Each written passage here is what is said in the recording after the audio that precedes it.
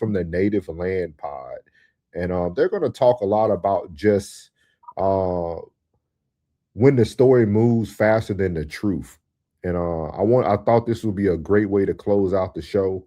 On it, they actually have a very credible source, black lady that came from ABC, I think, or NBC News.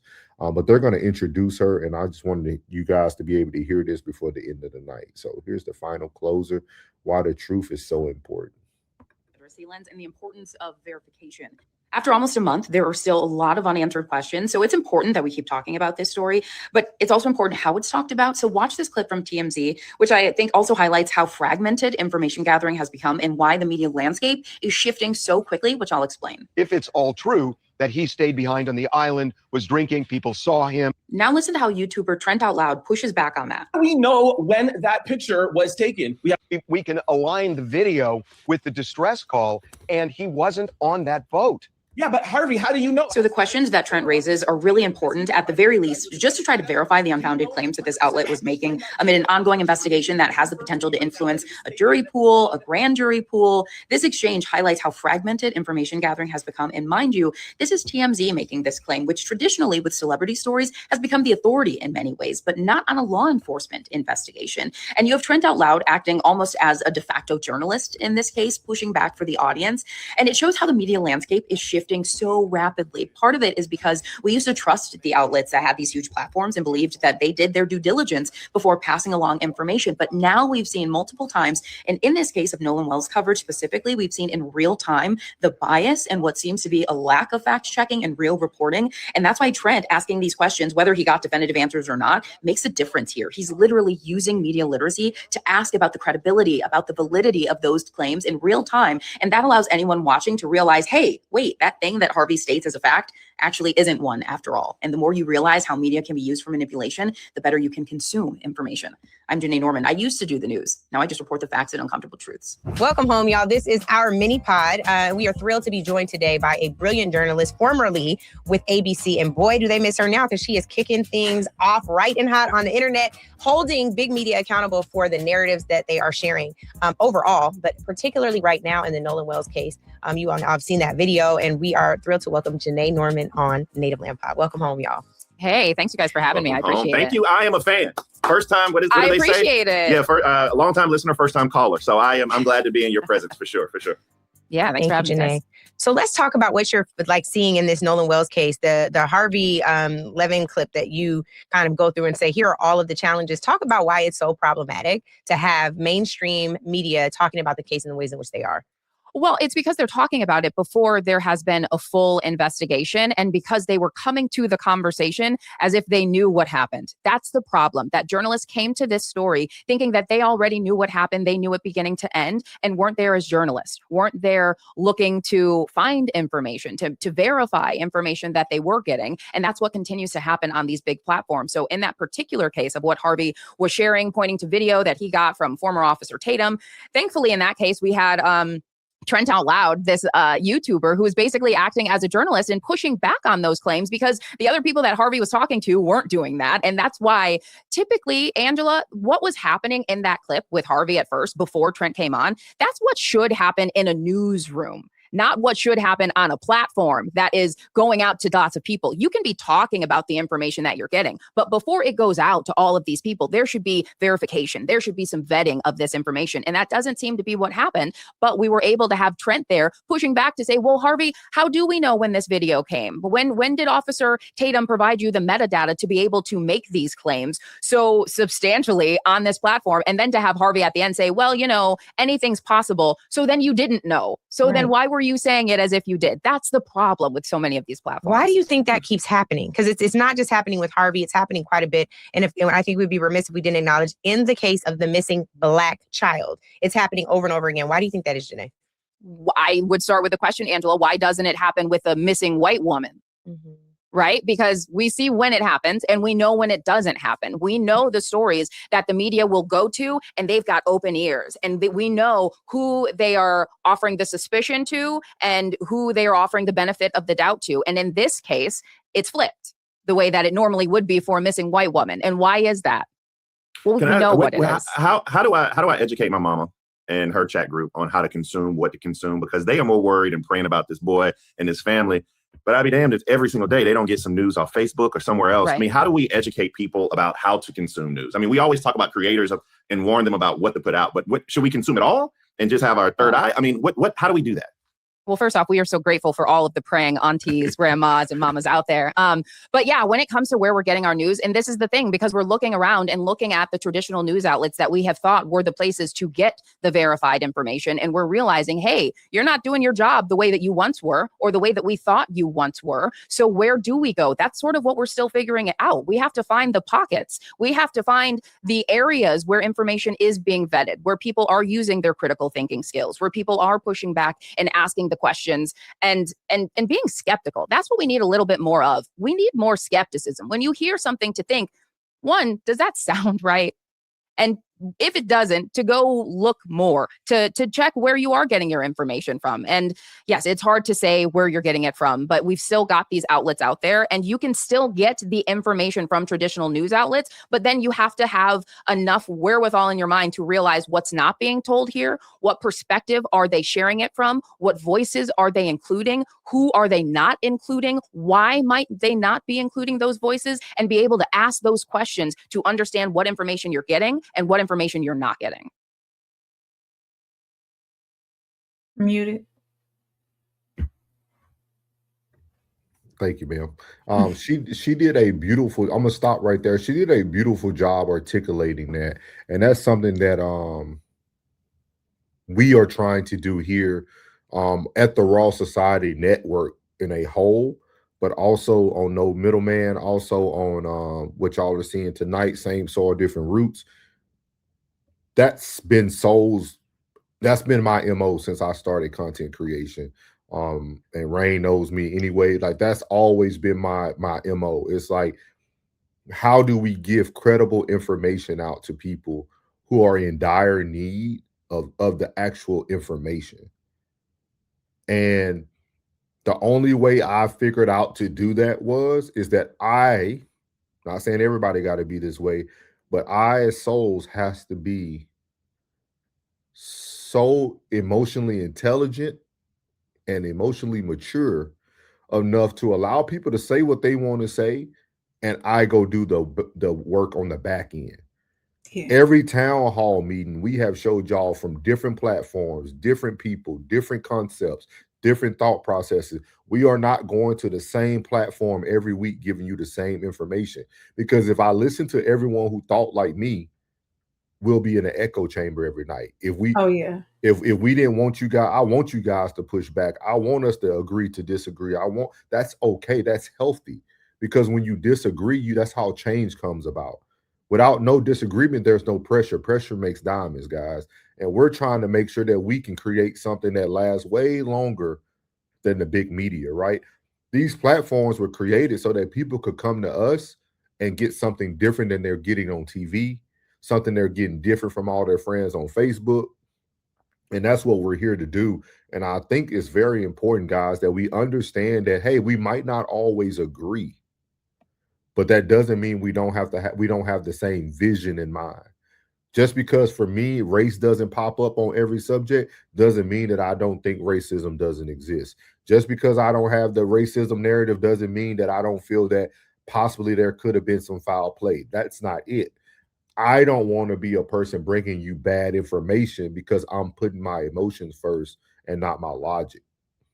We have to have more logic, guys. Like, I tell people this all the time. For those who don't know, I retired after 20 years in the Air Force, in the military, and that system that I was trying to talk to Fraction about, I experienced a lot of racism within that system. I know it exists. But the thing that Souls did was pass every PT test, pass every promotional test, and put more and more stripes on myself. Because when I did that, I got into levels of power that no one could take it away. And if you don't want to do the work that you have to do to get into those seats, it's okay. But don't be the same person who's complaining because you didn't do the work to get in those seats. Don't blame the world. Don't blame the person in front of you. You only can blame yourself. I ranked up and made rank so that the young Black people that I supervise could come to me and know that they can look at someone who's in a position that they want to be in, but also somebody who can give them some help, some guidance, another way to move through the system, because we couldn't change the system. The system's not going to change. But I use this terminology all the time, and some people don't agree with it. You probably can't ever win the system, but you can manipulate the system. And the way to manipulate the system is getting yourself in rooms and seats that you normally aren't supposed to be in. I said supposed to in air quotes. Doesn't mean that it don't exist. I'm just telling you that's what some people think. So if y'all don't get anything else out of tonight, if you never come back again, understand that anytime you come over here, you're going to get emotionless, fact-based information. Period. We're not going to talk about this every day of the week because I don't think that's fair to myself. I don't think that's fair to y'all. I'm not here to get clicks and get that's not what I'm here for, because I could cover this all day and every day and bring a bunch of mental health point of views from it, all types of stuff.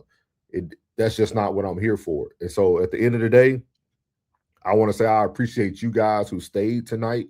2 hours in. I appreciate all you who stayed. I appreciate everybody telling us why they stayed. But I want you guys to actually come over and watch us on Mondays and Tuesdays as well at No Middleman. We have done so many series, things about how to protect our youth, about fathers, about mental health, about grooming. Like, we do so many positive things.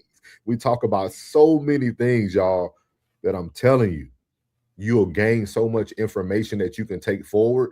And that's how you positively affect your community. You can't positively affect your community if you're listening to the same rhetoric every day from somebody who's just saying the things that you already know. Period. You know what I mean? No, yeah, y'all ain't have to ban Jesse. I did. Okay, y'all keep. Hey, I enjoy the hate because you stand around this long watching, you hearing something you enjoy. So. But that's my little spiel before I'll let you talk, Rain, and then we'll get to the comments if you want to end with anything. The only thing I really have is what I've said since day one. I just want closure for the Wells family, the Wansley family, his family, and I want to be able to. I want the other side as well to be free from being scared. They're probably so scared about what's going on right now. And I'm not, it's just, the public needs to stop inputting doing things. They need to stop making these phone calls to the kids. They need to stop I keep calling them kids because they're young adults. Okay. They need to stop calling these young adults and their families making threats, because they're not, and I think they're idle threats. They're not going to do anything. And the police is already on it. They're already arrested people. So stop doing it. And Christine, she didn't deserve anybody calling her job, doxing her job, and making those the ratings on her employment website go down. For what? She's just a mother who would want what any mother wants. And that's to know how her son left this earth. That's it. There's no reason for anybody to be doing that, So it's my prayer at the end of all this is for the family to know how Nolan passed, for whoever who knows any information to have enough courage and conviction, I've said this before, within themselves to come forward and say what happened if they haven't already done so. See, the general public don't know a lot. We don't know what's going on with the grand jury. We don't know what was in the autopsy from Mississippi. We don't know. And until we know these facts, like Soul said, until we know these facts, then we can't just keep coming up with our own conclusions, keep coming up with our own narratives. So I will hope that the public, us general people out here who don't have nothing even to do with this, except for forming our own opinions on this to just be patient and let everything unfold as is. I know there's a lot of talking points. I know people feel uneasy about the whole situation.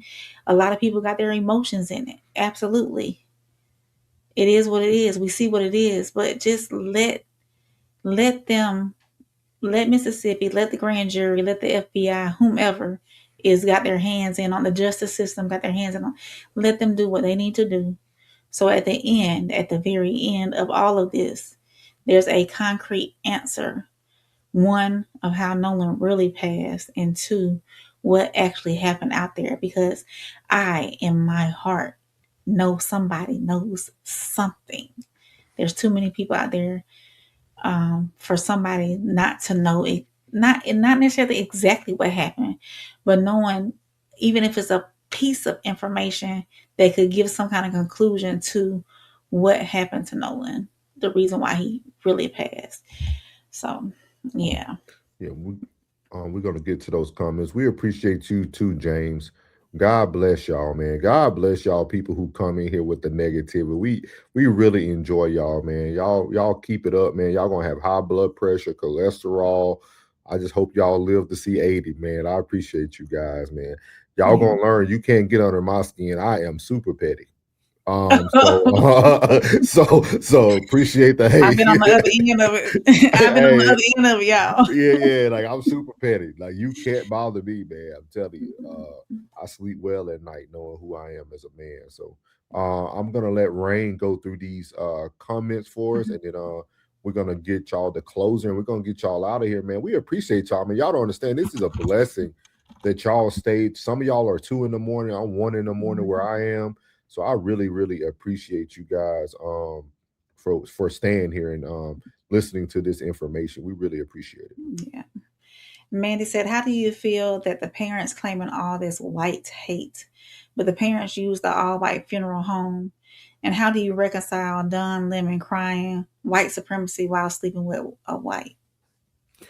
So that was a multiple question. You said, how do you feel that the parents are I don't think they're claiming white hate. I mean, I think some of these things are probably very valid. I wouldn't say they're claiming. Again, we don't have all the facts, but we know people have been threatened on both ends of the token. So we know those things are facts. You said the parents using an all-white funeral home. It's not all white, but it is majority white. Next, you said, how do you reconcile Don Lemon crying white supremacy while sleeping with a white man? That's his prerogative, man. I don't think it's really a question for us. I think it's a question for the people who ran with his narrative as he was questioning a local gentleman from Mississippi. So. Kane said 2 things Trump said earlier in his political career I have found to be true. 1, the mainstream media is trash. They never report what they should, and they are biased as well. And 2, the system is rigged. Yes, ma'am. I definitely agree. Kane said the media has been hijacked for real now. For sure. And you know why they hijacked it, Kane? Because 90% of media runs off of emotions. If they can pull your heartstrings, they'll pull you in so quickly. Wesley said